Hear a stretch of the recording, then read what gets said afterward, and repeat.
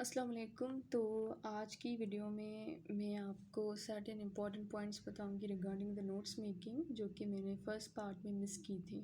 ठीक है, तो फर्स्ट पार्ट में मैंने आपको ये बताया था कि गाइडन की लाइंस को आप अपनी लैंग्वेज में किस तरह से कन्वर्ट कर सकते हैं, किस तरह से नोट्स बनाते हैं। ठीक है, एक मैं आपको रिकमेंडेशन देना चाहूँगी कि अक्सर स्टूडेंट्स ये सोचते हैं कि नोट्स में टाइम वेस्ट होता है, तो हम अपने नोट्स क्यों बनाएं, हम दूसरे स्टूडेंट्स के नोट लेके वहाँ से अपना जो सिलेबस है वो कवर करें। तो ये मुझे ये लगता है कि आप गलत सोचते हैं। आप दूसरे के नोट्स में से गेन नहीं कर सकते, वो ही गेन कर सकता है जिसने वो नोट्स बनाए हों। ठीक है, क्योंकि जब मैं नोट्स बनाती हूँ तो मुझे पता होता है कि ये मैंने लाइन यहाँ पे क्यों लिखी है, इसका मकसद क्या है या इसके पीछे की कहानी क्या थी। क्योंकि नोट्स में सिर्फ आप टाइटल लिखते हैं, उसकी कहानी आपको सिर्फ गाइडन में मिलेगी। ठीक है, तो ये सब बातें छोड़ें, अब आपकी मर्ज़ी। अगर आपके पास टाइम कम है तो आप दूसरे नोट्स भी यूज़ कर सकते हैं, लेकिन अगर आपके पास टाइम है तो आप कोशिश करें कि अपने नोट्स बनाएं फॉर द रिवीजन पर्पस। क्योंकि जितना आप अपने नोट्स में से गेन करते हैं उतना आप किसी के नोट्स में से गेन नहीं कर सकते। अब ये जो वीडियो थी मैंने क्यों बनाई, स्पेशली ये वीडियो है एंडोक्राइन फिजियोलॉजी के लिए। अब आप एंडोक्राइन फिजियोलॉजी में देखें तो वहाँ पे क्या है कि हर एक हार्मोन के फंक्शंस दिए गए हैं। इंसुलिन के फंक्शंस हैं, ग्लूकागोन के फंक्शंस होते हैं और थायराइड के फंक्शंस हैं। तो ये जो फंक्शंस होते हैं बीसी के लिए भी इम्पोर्टेंट होते हैं, एससीक्यू के लिए, लेकिन वाइवा में सबसे ज़्यादा इम्पोर्टेंट है। एग्जामिनर पूछता है कि वाइवा में जो है इनका इफेक्ट वाइवा में ये पूछते हैं। ठीक है, और फंक्शंस जब तक आपको समझ नहीं आएंगे, फंक्शंस जितने आपने नहीं पढ़े हो अच्छे तरीके से, तो आपको डिसऑर्डर्स जो होते हैं, जैसे लेट्स सपोज अगर आपको थायराइड हार्मोन्स के फंक्शन नहीं पता तो आप हमेशा कंफ्यूज होते हैं कि हाइपर के सिम्टम्स क्या होते हैं, हाइपो के सिम्टम्स क्या होते हैं। ये आपको तभी पता चलेगा जब आप थायराइड के फंक्शंस को अच्छे तरीके से पढ़ेंगे। ठीक, अब आप एग्जांपल लें थायराइड हार्मोन। तो हम इम्पॉर्टेंट अपना जो मेन टॉपिक था वो ये था कि हम किस तरह से फंक्शंस को नोट्स में कन्वर्ट कर सकते हैं। तो अगर आप बुक में देखें तो वहाँ पे हर एक जो फंक्शन है वो एक कंप्लीट पैराग्राफ में है और आप इनको रिवाइज नहीं कर सकते ड्यूरिंग द एग्ज़ाम टाइम। ठीक, तो यहाँ पे आप देख सकते हैं कि मैंने क्या किया हुआ है कि हर एक जो फंक्शन है ना उसकी जस्ट हेडिंग मेंशन की है और सिंपल डिस्क्रिप्शन। ठीक, हेडिंग क्या होता है कि ये मैंने क्यों किया है, हेडिंग को ज़्यादा हाईलाइट क्यों किया है, क्योंकि अगर मेरे पास इन फंक्शंस को पढ़ने का भी टाइम नहीं होगा तो मैं क्या करूँगी, जस्ट हेडिंग जो है उसमें से अंदाज़ा लगाऊंगी कि इसका मतलब क्या है या क्या हो सकता है। मैंने आपको पहले ही बताया था कि जब भी आप नोट्स बनाएं उससे पहले ये ज़रूरी है कि आप अपने चैप्टर को अच्छे से पढ़ें, उसके बाद ही नोट्स बनाएं। ठीक है, तो मैंने अगर चैप्टर को अच्छे तरीके से पढ़ा हुआ है तो मुझे पता होगा कि थायराइड हार्मोन ट्रांसक्रिप्शन किस तरह से करवाता है। देखिए यहाँ पे मेडिकल जो है ना, मेडिकल एग्ज़ाम में जो चीज़ें मैटर करती है वो ये है कि ये नहीं है कि आप कितना अच्छा चैप्टर को पढ़ते हैं, मैटर ये करती है कि आपने चैप्टर को कितनी बार पढ़ा है। और गाइडन की बात करें तो उसको हम मैक्सिमम 1 to 2 रीड्स ही दे सकते हैं। बाकी अगर हम रिवीजन के लिए बात करें तो वो गाइडन नहीं हो सकता। एग्ज़ाम डेज में इतना हम प्रेशर में होते हैं, बाकी सब्जेक्ट्स में होते हैं, तो हम बुक को यूज़ नहीं कर सकते। तो उस वक्त आप जो है नोट्स जो है उसको यूज़ कर सकते हैं फॉर द रिवीजन पर्पस। ठीक, तो मैंने क्या किया है कि थायराइड हार्मोन जो है ना उसके सारे जो फंक्शंस हैं,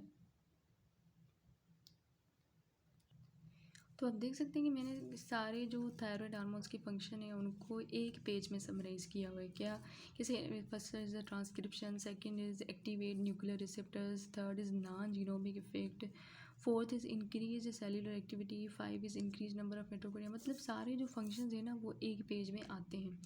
इम्पॉर्टेंट क्या होता है कि अक्सर आप जो एग्जामिनर होता है ना वो आपसे डिटेल नहीं पूछता। लेट्स सपोज अगर आप उसे पूछते हैं कि थायराइड हार्मोन के इफेक्ट क्या है, आप उसको कहते हैं कि ये ट्रांसक्रिप्शन पे भी इफेक्ट करता है, तो उसे लगेगा कि इसको ये पता है, तो वो आपको ज़्यादा नहीं पूछेगा, वो नेक्स्ट क्वेश्चन पे जाएगा कि और फंक्शंस पता है। तो इम्पोर्टेंट क्या होता है कि आपको ओवरऑल हर चीज़ पता हो, लेकिन डिटेल जो है सिर्फ आपकी बीसीक्यूज़ या एससीक्यू के लिए इंपॉर्टेंट होती है। वाइवा के लिए आपको ये होना चाहिए कि आपको हर चीज़ पता होनी चाहिए।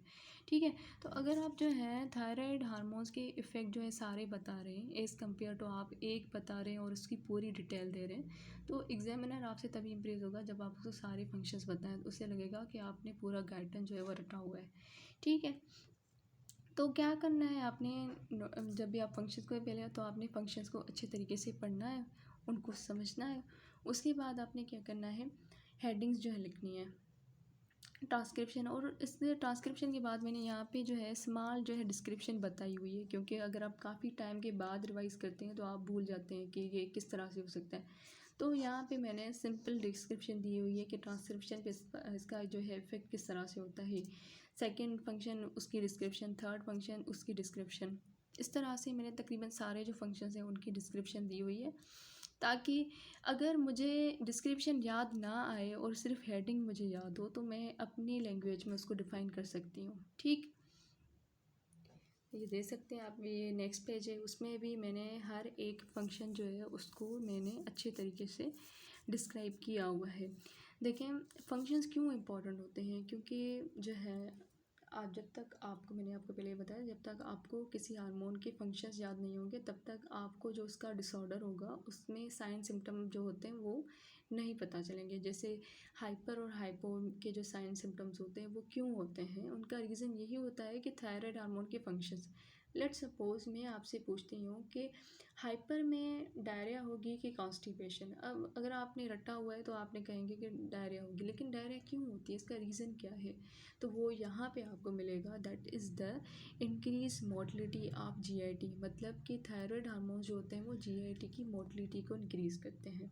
ठीक है, जीआईटी की मोटिलिटी का मतलब है कि डायरिया। तो इससे कॉमन सेंस की बात है कि अगर थायराइड हार्मोन की लेवल इंक्रीज़ होगी तो जीआईटी की मोटिलिटी भी इंक्रीज़ होगी, एज अ रिजल्ट डायरिया होगी।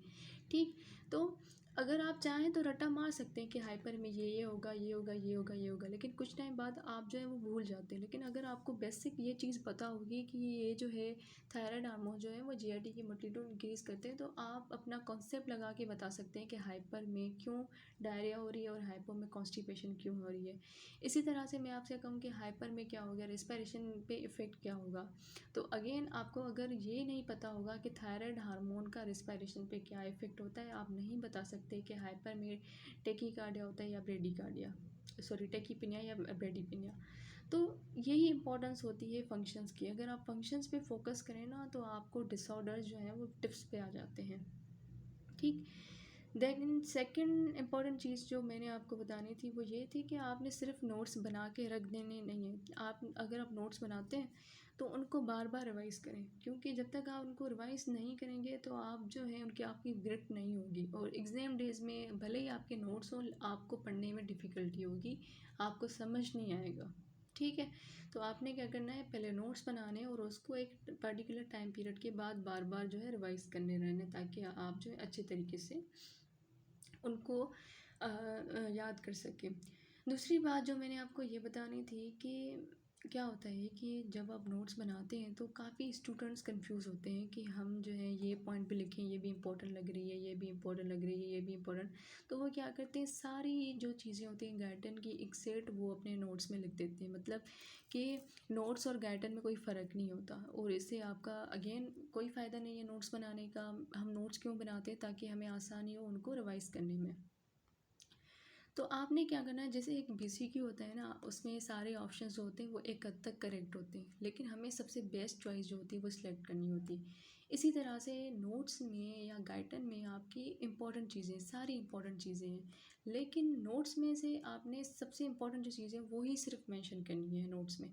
क्योंकि अगर आप सारी चीज़ें नोट्स में से उतारेंगे तो आप क्या होगा कि आप इम्पोर्टेंट पॉइंट्स भी मिस कर देंगे, तो ऐसा नहीं करना। आपको अगर लगे भी कि ये इम्पोर्टेंट है लेकिन उससे ज़्यादा और कोई इम्पोर्टेंट पॉइंट है, तो आपने सिर्फ वही पॉइंट्स मेंशन करनी है जो सबसे ज़्यादा इम्पोर्टेंट है, जो आपके बीसीक्यू की वाइज, एसईक्यू वाइज या आपके एग्ज़ाम पॉइंट ऑफ व्यू से इम्पोर्टेंट है।